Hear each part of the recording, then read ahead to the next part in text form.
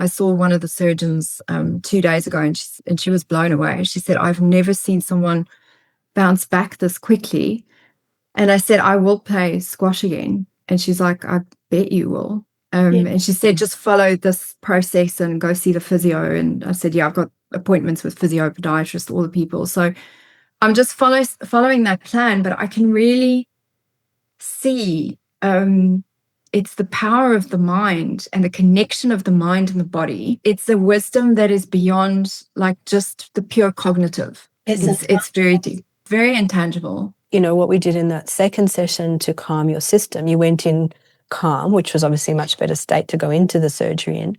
But do you think the calmness in any way contributed to the actual physical success of the surgery? 100%. The surgeon said to me, it was strange that when they cut, because they had to cut exactly the same place they'd cut before, and she said it just parted like a sea, like Moses in this. She said it just parted, and she said it's like the blood just pulled back.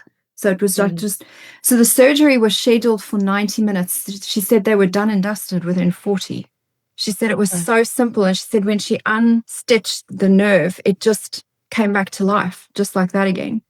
And the stitching, she said the stitching on the outside, it was so simple. So she was like, we were two surgeons. This was going to be an emergency. And it was just like, then to see it go so smoothly and my recovery, the improvements and the kind of, you know, to see that happen so smoothly. And I can feel in my foot, in my body, of course, there's a ways to go, but I can feel I will run again. I will play squash again. Like I will get back to full function again. Like it's just without fear.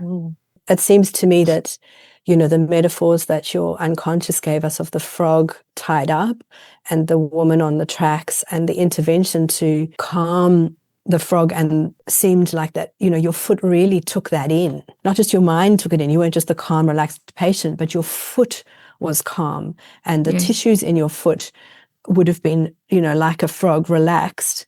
And I kind of had this image of, you know, it would have made it so much easier for the surgeons to cut that stitch and to release things because the foot itself was softer and not fighting against. So all those beautiful images of the woman on the railway tracks and being able to really give that message, not just to your mind, but to your body, to your foot, to actually be calm, facilitated a more successful surgery, right?